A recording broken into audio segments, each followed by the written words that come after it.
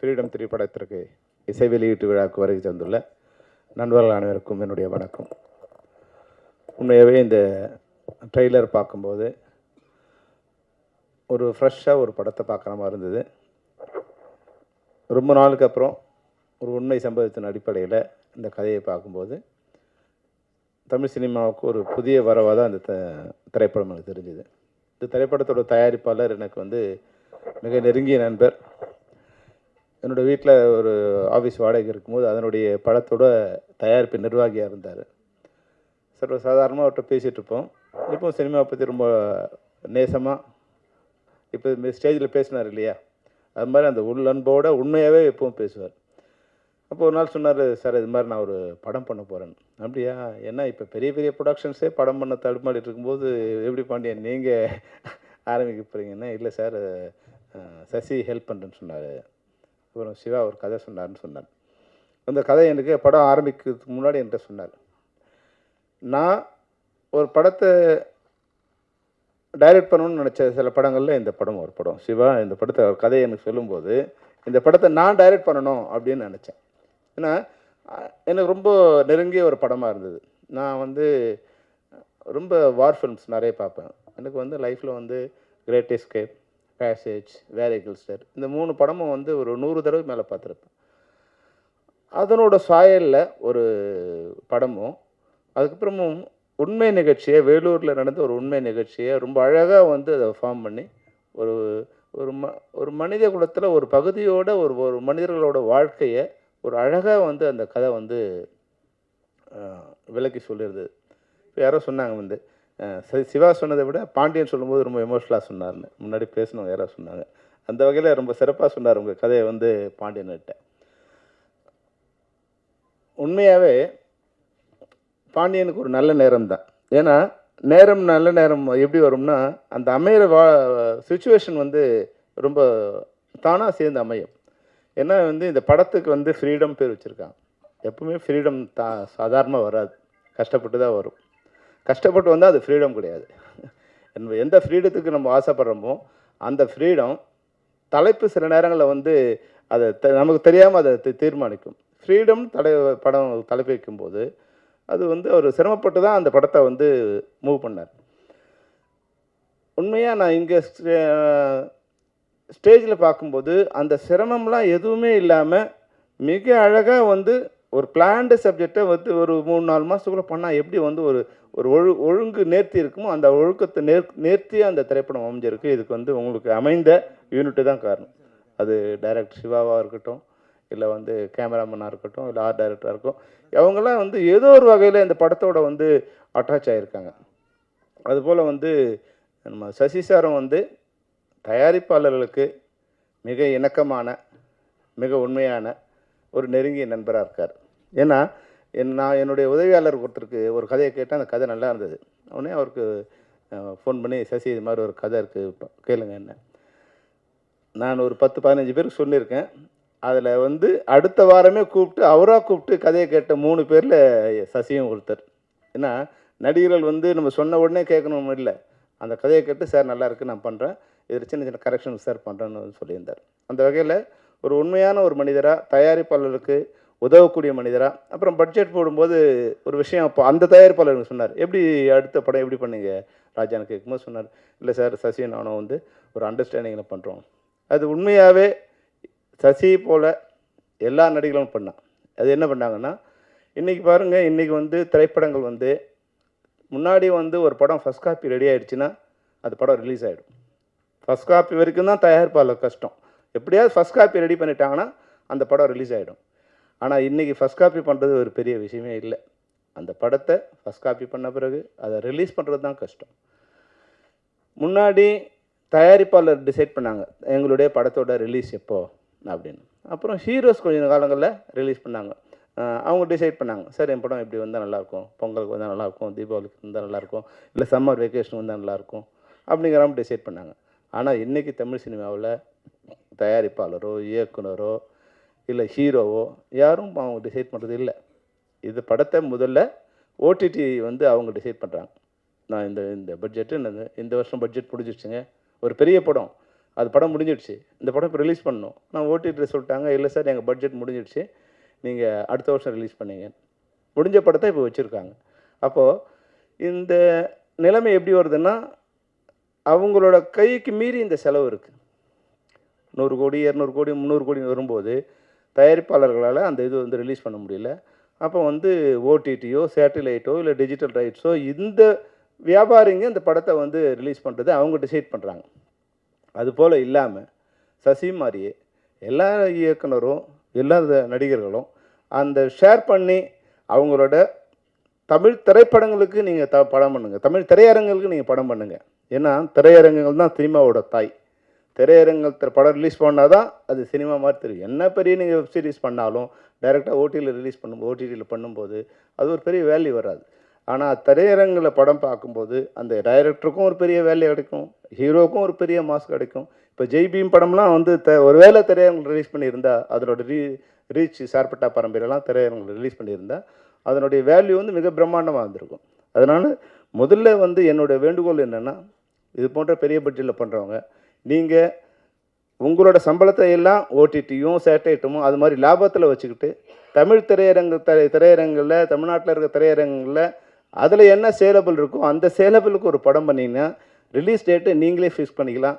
அப்போ உங்கள் பின்னாடி ஓடிடியும் சேட்டலைட் வருவாங்க. ஆனால் இன்றைக்கி எவ்வளோ பெரிய இயக்குனராக இருந்தாலும் என்ன பெரிய உச்ச நட்சத்திரமாக இருந்தாலும் அவங்கெல்லாம் ஓடிடி என்னைக்கு டிசைட் பண்ண சொல்கிறாங்களோ அன்றைக்கி தான் ரிலீஸ் பண்ண வேண்டிய ஒரு கஷ்டமான ஒரு துர்பாக்கியமான நிலைமை இருக்குது. அது மாதிரி இல்லாமல் சசி மாதிரியே எல்லாருமே வந்து அந்த முறையை ஃபாலோ பண்ணாங்கன்னா இனிமேல் வந்து தமிழ் படங்களுக்கு வந்து வேல்யூ இருக்கும், ஒரு மரியாதை இருக்கும், நம்ம படத்தை நம்மளே ரிலீஸ் பண்ணலாம்.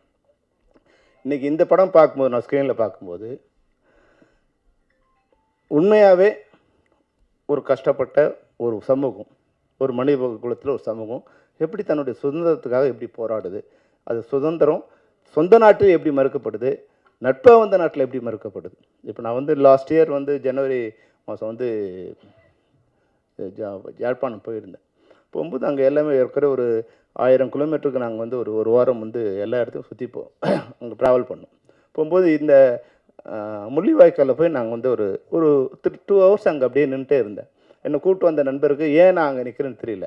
ஆனால் நான் அங்கே கண்ணை மூடி பார்க்கும்போது அந்த மரண ஓலமும் என் கூடவே வந்து ஒரு 1.5 லட்சம் பேர் அப்படியே ட்ராவல் பண்ணுற மாதிரி அந்த முள்ளிவாய்க்கால் அந்த கடற்கரையிலையும் அந்த கால்வாய்க்கள்லையும் அந்த பனங்கால்கள்லையும் வந்து ஒரு 1.5 லட்சம் பேரோட மரண ஓலம் அப்படி கேட்டுகிட்டே இருக்குது. கண்ணை மூடுனா அந்த கண்ணில் நினைவில் வரா மாதிரியே இருக்கும். அப்போது ஒரு மனித குலத்தில் ஒரு மிகப்பெரிய கொடூரம் நடந்து இன்றைக்கி வந்து நான் போகும்போது ஒரு 15 வருஷம் ஆயிருக்கும். 2024 போனால் 2009 நடந்த விஷயம். ஒரு 15 வருஷத்துக்கு அப்புறம் மரண அமைதி அப்படியே அங்கே இருக்குது.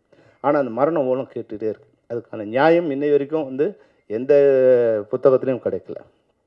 அங்கேருந்து வந்த அங்கேயும் வாழ முடியல, அங்கேருந்து வந்த தொப்புள் கொடி ஒருவனும் வாயில் சொல்லிக்கிறோம், பேப்பரில் எழுதுகிறோம், மேடையில் பேசுகிறோம். ஆனால் அங்கேருந்து வர்றவங்களுக்கு என்ன மாதிரியான இங்கே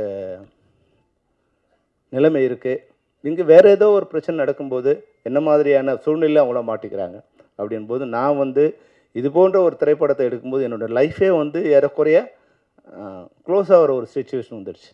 ஃப்ரீடம்ங்கிறது வந்து இந்தியாவில் ரொம்ப கஷ்டம். இந்தியாவில் திரைப்படங்களை உண்மை சம்பவத்தை எடுக்கிறது ரொம்ப கஷ்டம். இங்கே நீங்கள் என்ன வேணாலும் பொய் சொல்லலாம், என்ன வேணாலும் ஆபாசமாக எடுக்கலாம், எவ்வளோ வந்து கற்பனைகள் சொல்லலாம், மூட நம்பிக்கைகளை சொல்லலாம். ஆனால் உண்மையை சொல்லி படம் எடுக்கிறது ரொம்ப கஷ்டம். உண்மை எல்லாருக்கும் வலிக்கும், எதிர்கட்சிக்கும் வலிக்கும், ஆளுங்கட்சிக்கும் வலிக்கும், அதிகார வர்க்கத்துக்கு வலிக்கும், மீடியாவுக்கும் வலிக்கும். அந்த உண்மை வந்து தங்களை சம்மந்தப்படும் போது அந்த உண்மை யாரும் ஏற்றுக்கிறது இல்லை. அப்போது அதிலேருந்து நான் ரொம்ப ஸ்டாப் பண்ணிட்டேன். வேண்டாம், உண்மை கதைகளை எடுத்து நம்ம வாழ்க்கையை இனிமேல் வந்து நம்ம சிரமப்படுத்திக்க வேணாம். ஆனால் இதில் பார்க்கும்போது அடுத்து ஒரு உண்மை கதையை பார்க்கும்போது அதை தொடர்பாக இது இந்த சம்பவங்கள் அமைஞ்சிருக்கும் பார்க்கும்போது மிக இமோஷனலாக இது அந்த சென்சாரில் மாட்டாமல் எந்த அளவுக்கு வந்து நமக்கு சட்டம் அனுமதிச்சிருக்கோ அந்த அளவுக்கு அந்த உண்மையை சொல்லி அதை வந்து வெளியே கொண்டு வந்திருக்காங்க.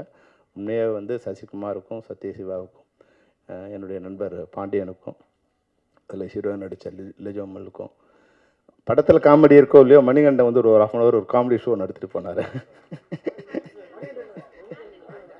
சாரி ஆண்டனி மன்னிச்சுக்கணும். ஆண்டனி வந்து ஒரு காமெடி ஷோ நடத்திட்டு போனார்.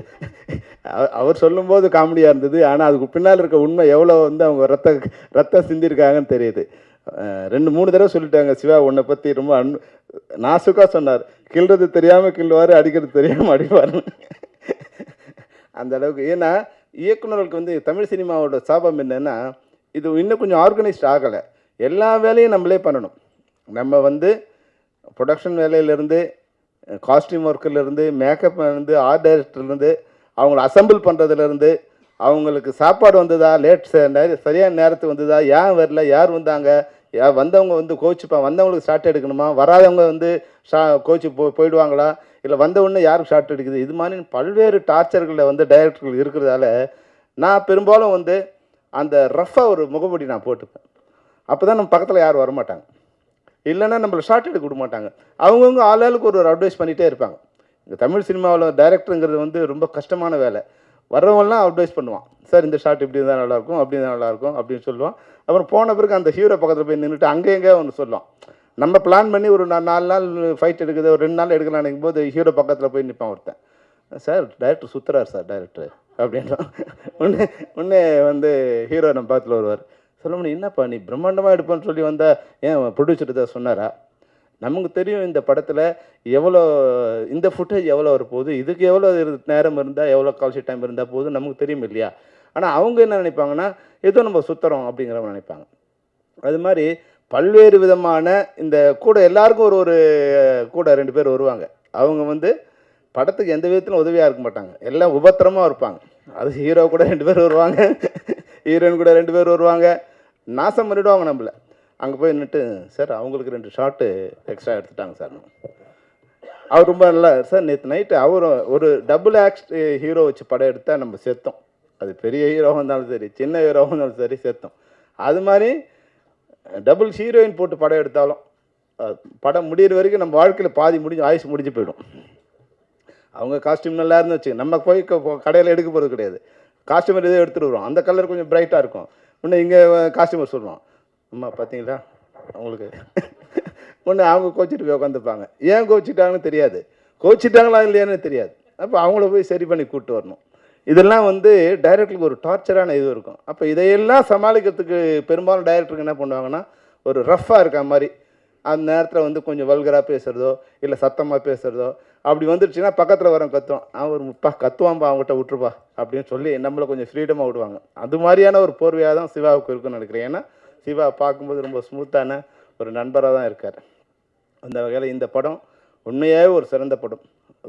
பத்திரிகையாளர்களுக்கும் இணைய நண்பர்களுக்கும் ஒரு வேண்டுகோள் என்னென்னா, இப்போ எல்லாமே முன்னாடி மாதிரி படம் பார்த்து அது பிக்கப் ஆகுது, அந்த இதெல்லாம் இல்லவே இல்லை.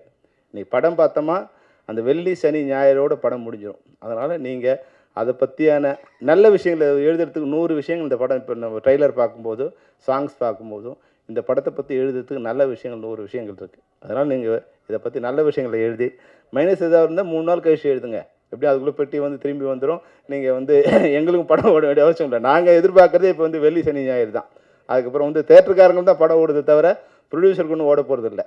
அதில் ஓடி படம் வந்து யாரும் ஷேர் கொடுக்க போகிறதில்ல. எங்களுக்கு அந்த 3 நாள் ஓடினா சரியாக போயிடுங்கிற மாதிரி தான் இன்றைய நிலைமை இருக்குது. அதனால் நீங்கள் ஒரு 3 நாள் வெயிட் பண்ணுங்கள். முதல் நாள் 24 ஹவர்ஸ்னு சொன்னேன்.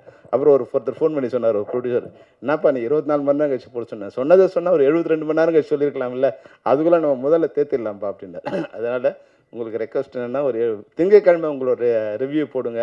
அதுக்கப்புறம் நல்லது கெட்டது பார்த்து அவங்க ஜனங்க பார்க்க வரட்டும். இந்த படத்தில் பாண்டியனுக்கு எப்படி ஒரு நல்ல நேரம்னா, டூரிஸ்ட் ஹோம் வந்த பிறகு இந்த படம் வருது. அது வந்து பாண்டியனுக்கு வந்து ஒரு ஒரு அதுதான் நல்ல நேரம்னு சொல்கிறது. அந்த படத்தோட வெற்றி நிச்சயமாக வந்து இதுக்கு ஒரு புல்லிங் இருக்கும் ஆடியன்ஸுக்கு வந்து வர்றது. அது மட்டும் இல்லாமல் அந்த வெற்றி படத்துக்கு பின்னாடி சசியோட படம் ஒன்று ஓடிச்சு, அடுத்த படம் சசியோட படம் வரும். அது போல் இல்லாமல் எது மாதிரி படம் ஓடிச்சோ அதனோட அடுத்த பாகம் மாதிரி இந்த படம் இருக்குது. டூரிஸ்ட் ஹோமோட படத்தோட தொடர்ச்சி மாதிரியே இந்த படம் இருக்கிறதால நிச்சயமாக ஒரு மிகப்பெரிய புல்லிங் இருக்கும். அதனால் இந்த படத்தோட வெற்றி எனக்கு தெரிஞ்சு வந்து கொஞ்சம் ஈஸியாக இருக்க மாதிரி தெரியுது. பாண்டியனோட மனசுக்கு அவர் பேசும்போது உங்களுக்கு தெரிஞ்சிருக்கும், நன்றியை கடைசியாக தான் சொல்லணும், ஆனால் வரும்போதே நன்றி சொல்லிட்டார். வரவேற்க சொல்லும்போது அவர் நன்றி சொல்லிட்டார். ஏன்னா அவர் மனதெல்லாம் நன்றி நிறைந்திருக்க நன்றி உள்ள மனிதர் பாண்டியன். அதனால் அந்த வார்த்தையிலேயே அவர் நன்றி சொன்னார். அவர் வாழ்வாங்க வாழணும். இந்த படம் அவர் முதல் படமாக எடுத்திருக்காரு. இந்த படம் வெற்றி படமாகி பல படங்களை பாண்டியன் தயாரிக்கணும். அதில் வந்து எல்லா திரைப்பட கலைஞர்களும் தொழிலாளர்களும் தொழில்நுட்ப கலைஞரும் வாழணும். சசி கூட வந்து சினிமாவை நேசிக்கின்ற ஒரு மிகச்சிறந்த மனிதர். அவர் வாழ்க்கையில் பல்வேறு சிரமங்கள் வந்திருக்கலாம், வெற்றி வந்திருக்கலாம், தோல்வி வந்திருக்கலாம். ஆனால் அதையெல்லாம் வந்து வாழ்க்கையோட ஒரு ஜெர்னியை எடுத்துக்கிட்டு எதை பற்றியும் கவலைப்படாமல் அழகாக வந்து ஒரு நதி போல் அவர் வந்து பயணம் பண்ணிகிட்டே இருக்கார். அந்த சசிக்கு என்னுடைய வாழ்த்துக்கள். திரைப்படத்தில் நடித்த அனைத்து தொழில்நுட்ப கலைஞர்களுக்கும் தொழில்நுட்ப கலைஞர்களுக்கும் குறிப்பாக கேமராமேனுக்கும் ஆர்ட் டைரக்டருக்கும் அந்த இது உங்களோட ஆர்ட் டைரக்ஷன் அந்த இது பார்த்தேன். அகதிகள் முகாம் ரொம்ப இயல்பாக பெரிய செலவு இல்லாமல் ரொம்ப இயல்பாக வந்து அந்த இதோடு சேர்ந்துருந்து படம் பார்க்கும்போது ஒரு உண்மையான இடத்துல உண்மையான கதை அதுக்கு வேற ஒரு சாயம் போட்டிங்கன்னா அது வந்து நான் வெளியே வந்துடும். ஆடியன்ஸ் வந்து கதையை விட்டு வெளியே போடுவாங்க. அதுக்காக உண்மையாக ஒரு குடிசை மாதிரி இருந்தால் அது வந்து ஒரு அக்லினஸ் வந்துடும். அப்படி இல்லாமல் ஒரு உண்மையை வந்து அழகாக வெளிச்சம் போட்டு கட்டுற மாதிரி இருந்து உண்மையான இடம் மாதிரியும் தெரிஞ்சது. அது வந்து ஒரு பிரம்மாண்டமான ஒரு இதுவாக வந்து மனதுக்கு பாரம் கொடுக்குற ஒரு விஷயமாக வந்தது. அது போலீஸ் ஸ்டேஷனாக இருக்கட்டும், ஜெயிலாக இருக்கட்டும், எல்லாமே வந்து ஒரு இதுவாக இருந்தது. அதுபோல் வந்து உதயகுமார் வந்து நீங்கள் சில காட்சிகள் வந்து விசாரணை படம் பார்க்கும்போது எப்படி வந்து ரியாலிட்டி இருந்ததோ அதுபோல் வந்து ரொம்ப பியூட்டிஃபுல்லாக அந்த இமோஷனில் வந்து அழகாக வந்து உங்களுக்கு வெளியே கொண்டு வந்தீங்க. அந்த வகையில் உங்களுக்கு நன்றி. மிகச்சிறந்த பாடல்களை எழுதின கவிஞர்களுக்கும் மிகச்சிறந்த இசையை கொடுத்த ஜிப்ரான் வந்து இதுவாக சொன்னாங்க. அவர் வந்து ஏழைகளின் இளையராஜா வந்து ஜிப்ரான். ஏன்னா ரொம்ப தயாரிப்பாளர் பெரிய சிரமம் இல்லாமல் அந்த அளவுக்கு அந்த நேர்த்தியான இசையை சாதாரண திரைப்படங்களுக்கு கூட கொடுக்கக்கூடிய ஒரு மிகச்சிறந்த உள்ளம் படைத்த ஒரு நல்ல கலைஞன். நிச்சயமாக வந்து தமிழ் சினிமாவில் உங்களுக்கு ஒரு நல்ல இடம் இருக்குது ஜிப்ரான். என்னைக்காவது ஒரு நாள் உங்களை வந்து சேரும். நீங்கள் கவலைப்படாதீங்க. உங்கள் வெற்றிக்கும் உங்கள் உழைப்புக்கும் உங்களை வந்து சேரும். இந்த ஃப்ரீடம் மிகப்பெரிய விடுதலையை தமிழ் சினிமாவுக்கு கொடுக்கணும். விடுதலை போல் வெற்றி அடைந்து தமிழ் சினிமா ஓடிடியும் சேட்டிலைட்டும் பல்வேறு ஜெயிலில் அடைபட்டுருக்கு. அதையெல்லாம் உடைச்சிக்கிட்டு திரைப்படம் கலைஞர்கிட்ட இருந்து மக்களுக்கு நேரடியாக வந்து சேர ஒரே ஒரு ஃப்ரீடத்தை இந்த திரைப்படம் கொடுக்க வேண்டும் கூறி அனைவருக்கும் வாழ்த்துக்களை கூறி விடைபெறுகிறேன். நன்றி, வணக்கம்.